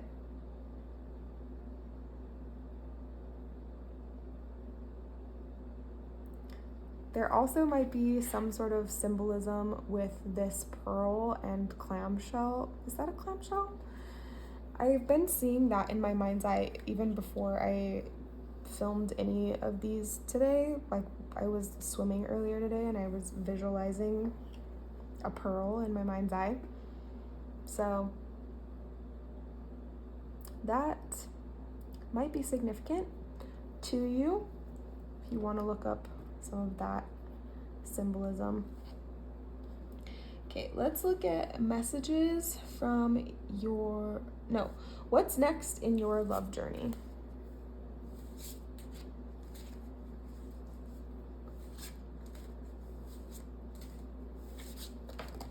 Ooh. Okay. We have the Elder of Cups, which is also the King of Cups. I like that they call him the Elder.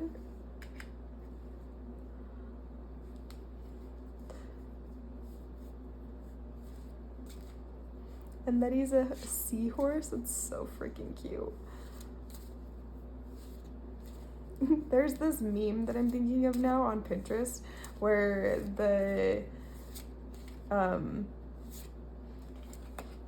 it says, me and my man's, I impregnated him. And then it's just a seahorse.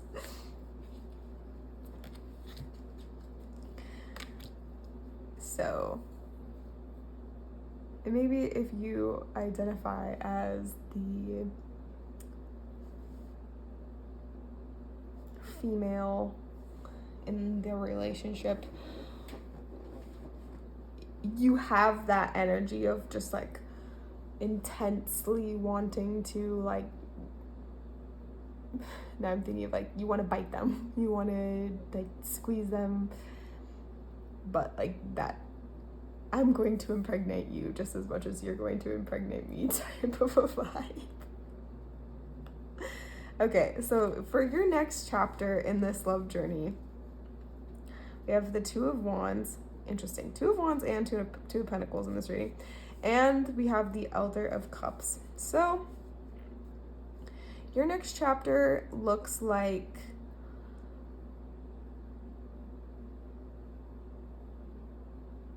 what I'm hearing is you're becoming more clear on what is your intuition speaking and what is your fear speaking.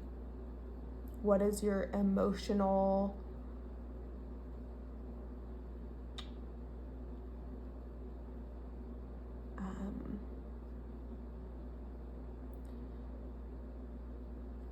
the emotional well versus what's just rooted in wounding or fear.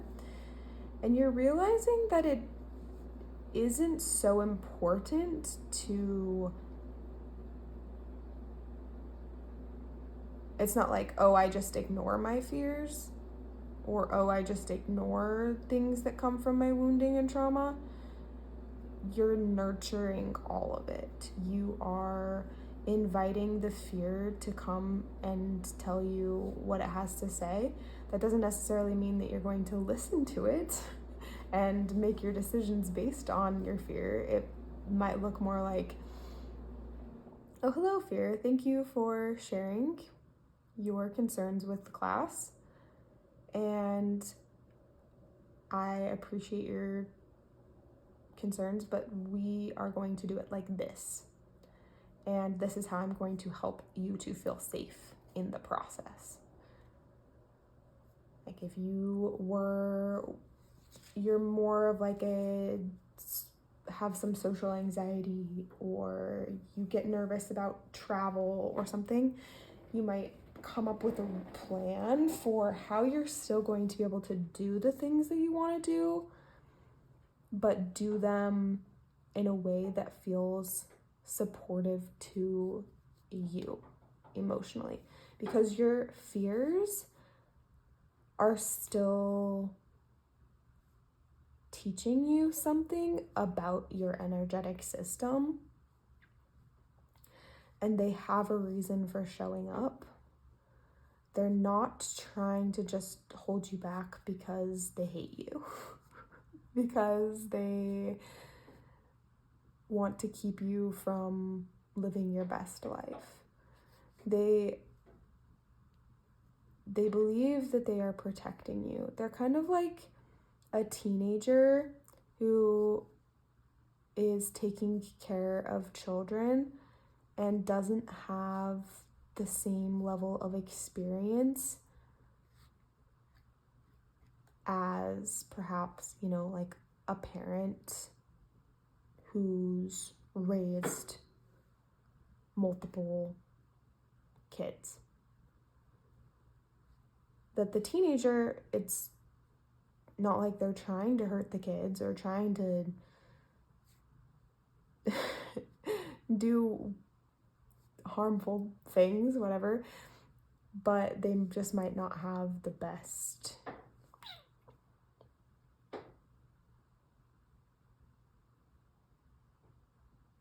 they might just be a teenager. And honestly, sometimes teenagers maybe do better than parents, but you get my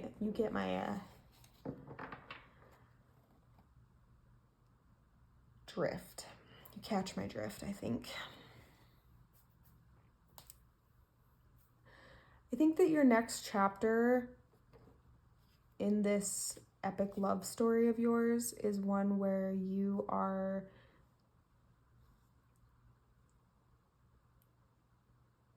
allowing yourself to say what's on your heart. And your epic love is also allowing themselves to say what's on their heart. I'm seeing these two cups here, and it's like we're both bringing our cup to the table.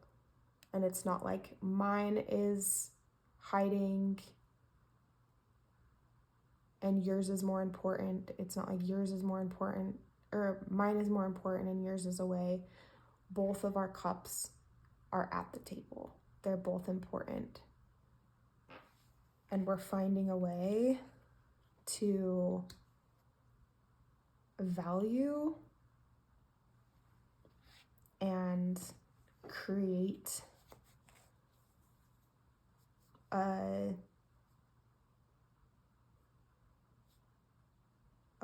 connection, a system, a world, a relationship where all topics are open for discussion. Okay, let's get some messages from your guides or anybody on your spiritual team. This could include your higher self, their higher self, ancestors, ascended masters, Yoda. I guess he would be like a Jedi, right? Jedi master. Whoa. That went crazy. Okay, let's see what we got. What we got going on?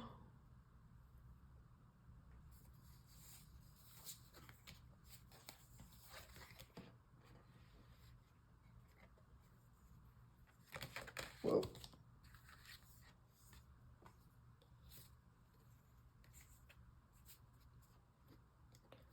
Your spirit team is bringing out the card Blue Jay, family, loyalty, and communication.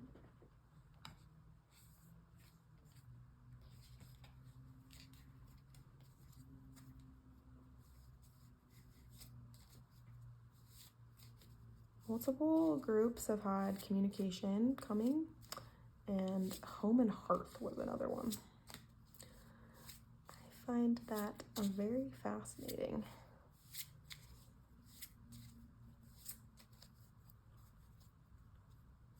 Okay.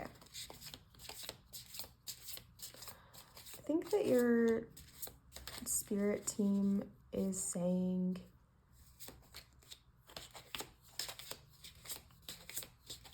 who are you loyal to, or is asking you, who are you loyal to?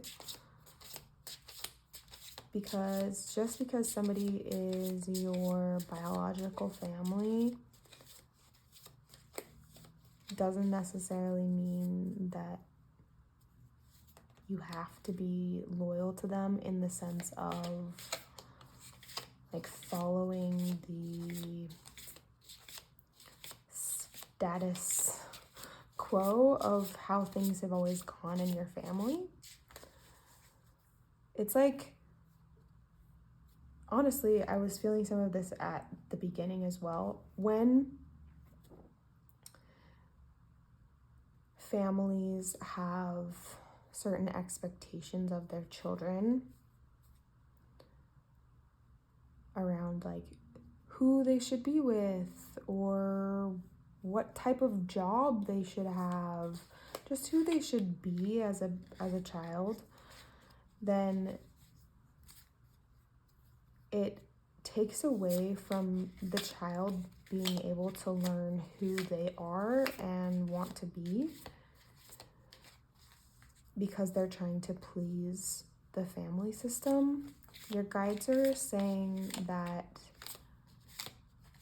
it's okay for you to do it your way.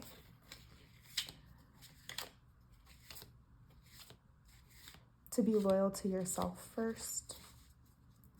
To be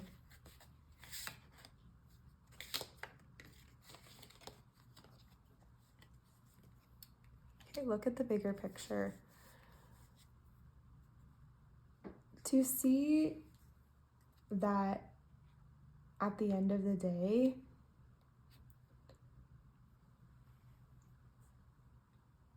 what you value the most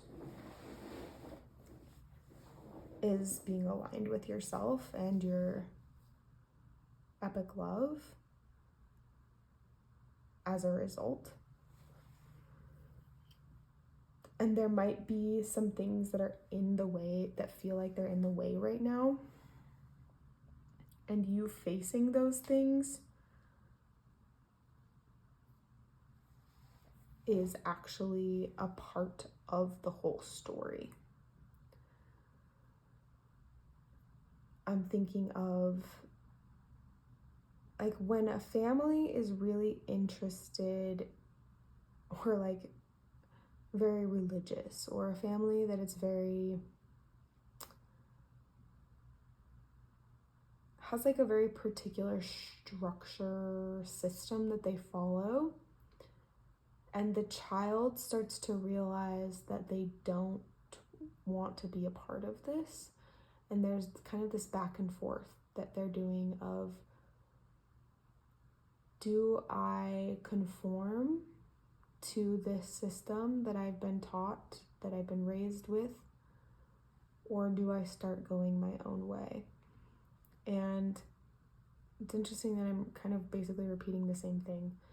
I think that your spirit guides are saying that they're proud of you for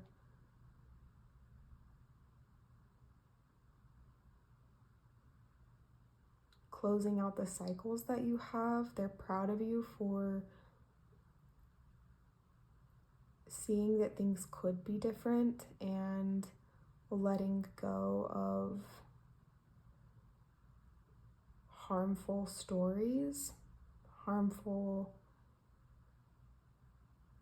patterns, and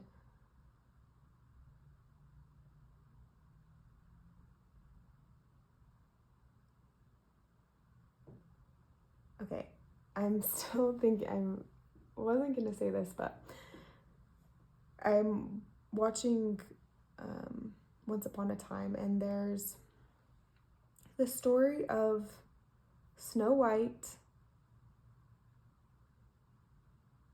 who supposedly betrays the queen, the evil queen, by telling the evil queen's mother about her secret love affair. And this ends up creating, well, the evil queen's mother kills the lover, and then it turns the evil queen hard against Snow White, against everyone, because she's become like very bitter and just angry at everyone and everything because she just doesn't have this love. And I think that you are seeing the ways that that occurred in your family system, in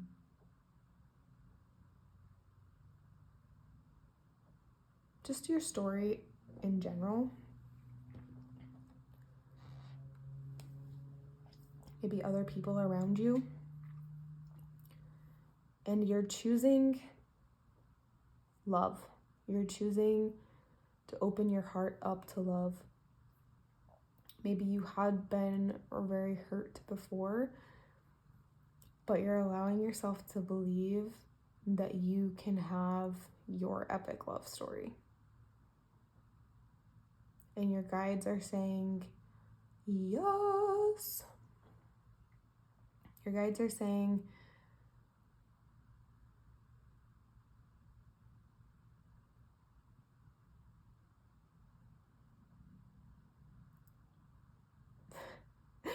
it's like some of the things that are coming out are a little cheesy, or like shoot for the stars, and like all of those things that felt very cliche, or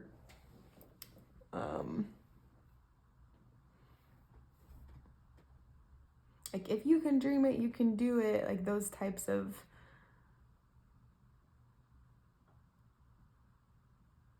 sayings. And you're realizing that, like, well, yeah, like they might be kind of cheesy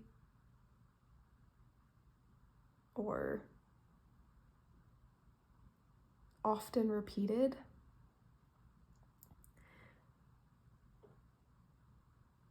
they are the way that you're now operating. You're just seeing the world with these more hopeful glasses.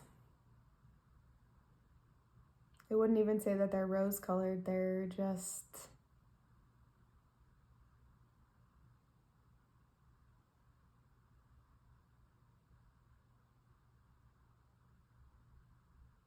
not allowing the darkness, the stuff that's hard and challenging about life to take away from or to destroy the good.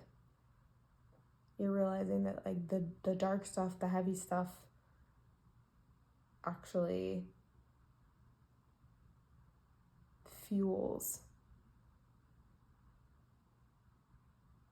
can fuel.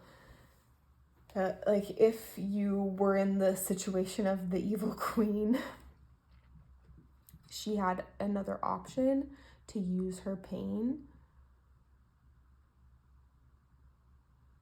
to love even more, to like in honor of the person that she lost, in honor of the love that she lost, to like carry that forward.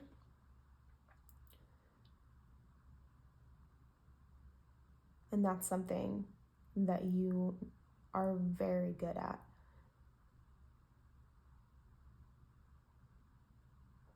You're very good at alchemizing your pain.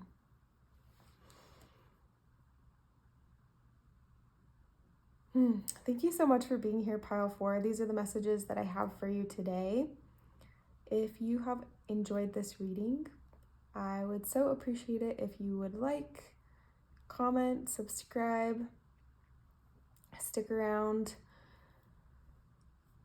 and check out the links below if you're interested in a personal reading with me. I do love readings, career, whatever is on your mind. They're tailored to you.